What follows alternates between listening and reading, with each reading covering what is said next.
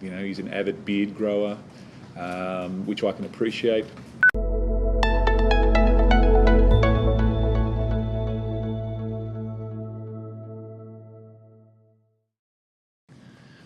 Hi, this is Luke from e-CBD, and today we're going to take a break from talking about Facebook and going to talk about search engine optimization.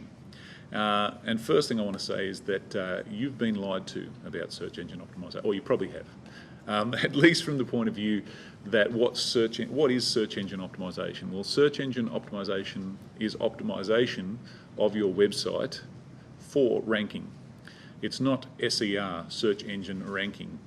There is nobody who can actually rank your website except the search engines themselves. So when somebody says to you that, we're going to rank your website and promise you this and that, in a way, they're not purposely lying to you, but they're not giving you the full picture. So we as SEOs optimize a website so that it is ready to be ranked and hopefully ranked highly by search engines. So that's the first thing I'd like to get out of the way as far as what SEO is and what it isn't. So a little bit of history on search engines I think wouldn't go astray in thinking about, what is search engine optimization. We're going to do a broad picture approach today. It's not going to be, specific things and how to rank your website, just more so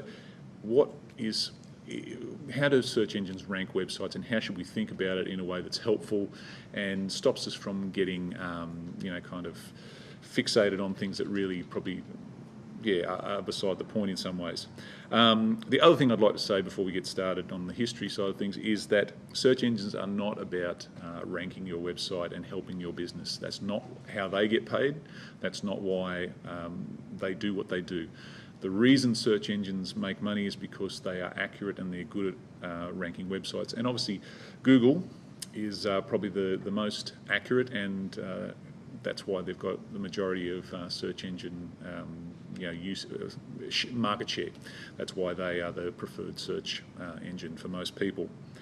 So they, just to reiterate, they are not about ranking your business. It's not like they've got some personal vendetta if you drop in ranking or anything like that. It doesn't work like that. It's purely, we need to provide the best search experience possible, because then people will use our search engine more, so that then we can sell advertising and make money. That's pretty much it. So the history of search engines. So you might remember a few of these names if you've been around as long as I have. Excite, Yahoo, Ask.com, Alta Vista, Lycos, All the Web, and obviously Google. I actually used to use all the web before Google kind of won my loyalty, or basically, elbowed its way into search and made itself inextricable from our daily life. So Google, if you don't know, is a product of Sergey Brin and Larry Page's work as I think they were undergrads at Stanford University when they came up with this idea for search engines to look at, for their search engine, which actually, by the way, was called Backrub originally, which is rather interesting. And the reason it was called that is because it would look at the links coming back to a website from other websites. And it looked statistically at those links and kind of through an algorithm, which I don't profess to fully understand, but I understand the basic concept. It worked out what's called PageRank, and PageRank helped its search engine to be successful at ranking what it considered high quality answers for search queries.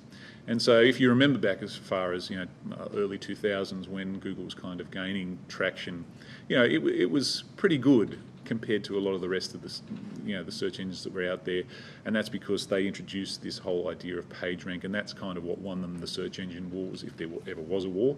That's why they were successful, whereas a lot of the other search engines used other, probably not as effective means of ranking websites. And at one stage, yes, a lot of these search engines, early search engines, were actually directories that were hand curated by people with a bit of maybe a bit of algorithmic help there as well. So anyhow, that's the history. So Google is what we have to deal with mainly, and it's changed a lot since its inception. PageRank, kind of that whole idea of PageRank went out the window a few years ago. Linking is still an important part of Google's algorithm, but there's many other factors. There's over 200 signals that Google uses to rank websites. They make algorithm changes every day, maybe even twice a day, and they're always improving and trying to obviously improve search results, because that's what keeps them at the top. Let's look at the whole idea of optimizing websites and how I think it's a helpful analogy for how you should look at what happens when we do SEO. Yes, there's technical stuff, but we're not going to go into that. We're just going to use this analogy to help understand better how search engines rank websites, or at least Google ranks websites. So the way I like to think of it, you've got a domain name, okay, so that'll be domain.com.au or luke.com.au or wherever it might be, and that is like owning a piece of land. Now on that piece of land you build something, it's a website, and so then that website that you build on that land kind of has an effect on how the search engines understand what that's about, what that property is about. And so usually, and I like to use the idea of a small business or any kind of business that you set up. When you start out, you're relatively unknown, people don't know you, and so it takes time for people to get to know, okay, on that particular corner there's this shop and it does this, and then over time gradually more and more people come to you through various ways, and that piece of land is associated, or that property is associated with a particular business, and that kind of obviously takes time, and so that I like to use that analogy as far as that's how websites operate as well. But when you set up your website, all the content, all the pages on your site help to, help search engines, particularly Google, understand what your website is about. And so over time, as that you've built your website, then you start to add to it, you tweak it, you play with it, you do search engine optimization on it. Google has an understanding, and other search engines have an understanding about what your website's about, and then it starts to look at, okay, well, what's the quality of the information on the site? Is it a good answer for this particular query or this query, or etc., etc. And so there's lots of factors obviously that help to rank your website, but if you keep that idea of a business and a reputation, and that growing reputation based upon what you do on the website, it's a good way of looking at it. And that's why sometimes you'll have issues where maybe your website will lose some ranking, and you might think, oh, Google just doesn't like me anymore. And yeah, maybe you've done something that might have resulted in that, but in the same way, that loss in kind of traction, or that loss in ranking and visibility in search doesn't happen quickly, and that's why it takes a long time to gain that reputation, and to gain that in the real world, in the same way it takes that time to gain that ranking and trust of the search engines that your site is a good answer for people. And so therefore you've got to protect that, because that reputation can take a long time to develop, but it can be quite easily lost, and so therefore you can lose rankings. And one of the other things I was going to say, sorry, I lost my train of thought, but what I was going to say is that in the same way that sometimes you'll complain that maybe you've lost some ranking, Google is quite lenient, and other search engines are quite lenient, and they do give you time to fix issues and errors with your site.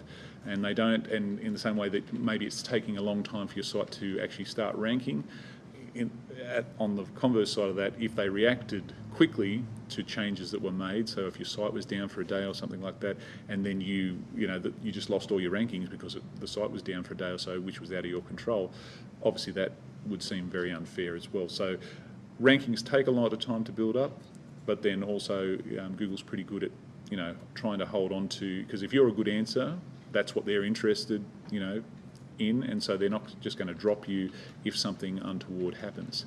However, if you purposely try and manipulate rankings, and you try and accelerate the process through practices that Google considers, manipulative, then you're going to have problems. And so you may see some gains in the short term, you may see some really good results, but chances are that and especially nowadays it's getting harder and harder because Google applies machine learning and its algorithm is updating all the time. You're going to find it very hard to manipulate search engines and not get caught out. So you really do have to play by the rules, and so things, like I was saying, manipulating those rankings can be something that can lose you, put you out of favour with Google. The other things that can, essentially affect your website negatively, technical issues which you may not be aware of, the way Google understands and what we say, it crawls over your website to understand your website, so there may be issues with that. If your website gets hacked, that may be another reason that you might lose ranking. But Google's pretty good if you've got Google Webmaster Tools. Usually will alert you if there is any, if they detect any kind of malware or any issues with your website, and if you fix it quickly, they'll, usually if you've lost any ranking, they'll return pretty quickly. And the last thing that can affect your website negatively as far as rankings go is ignorance. And you can make changes on your website. We're always encouraging our clients to be proactive and to make changes and to add content to their site. And generally, there's not a problem there. But sometimes through maybe you've read something and you kind of go, okay, let's try this on my website. If you don't have the full picture, sometimes you can do things that negatively affect the website because there's other things at play, and maybe you're doing things which are going to convolute Google's understanding of your website or any search engine's understanding of your website. All right, wrapping up, I'd like to give you 3 points of basic solid SEO. First one, make your pages for visitors. Okay, in the end, they're the people who are going to come to your website, fill in a form, make a phone call, buy a product. So really, in the end, they're the people you need to make sure are your number one priority when you're optimising your website, and not the search engines. Don't try and trick search engines. We already said that, but I'll reiterate: don't try and trick them. It will not pay off. And if somebody is saying, "Oh, look, I can guarantee you ranking within such and such time," for these particular keywords, be very wary of that, because if they can guarantee that, well then they're obviously doing something that probably is maybe a little bit untoward. Then lastly, make your site stand out. Make the content on your site better than others. So if you want to rank well, you need to be the best answer as far as Google is concerned. And so that means, take that page that's about a particular product, and if you've just copied the content from the manufacturer's website, write your own. And that will help you to rise above the others and make it accurate and be helpful, be very descriptive. All the things that you've got to think like the people who are coming to your website. Okay, how could I make this page better so that when somebody landed on it, they go, oh, this is a really helpful page. And that is a pretty easy way to kind of make sure that you're doing the right things when it comes to search engine optimization if you're doing it yourself. For more technical SEO related techniques and activities, we really suggest you probably do employ the services of an SEO like ourselves, or somebody else who is on the same page. Most SEOs are pretty good these days, but you've still got to keep an eye out. Like I said, if anybody's promising you or guaranteeing you things that are, then be wary of that. So yeah, that's a little bit about SEO. Hopefully it's been helpful. Hopefully I haven't rambled on too much. And the whole idea though is that if you make your pages the best answer and make them helpful, the chances are that they will rank quite easily, and they will stay there when they do start ranking. And it does take time. That's the other thing. So thank you very much. I hope you enjoyed it, and check out more of our YouTube videos for helpful internet marketing advice. Thank you.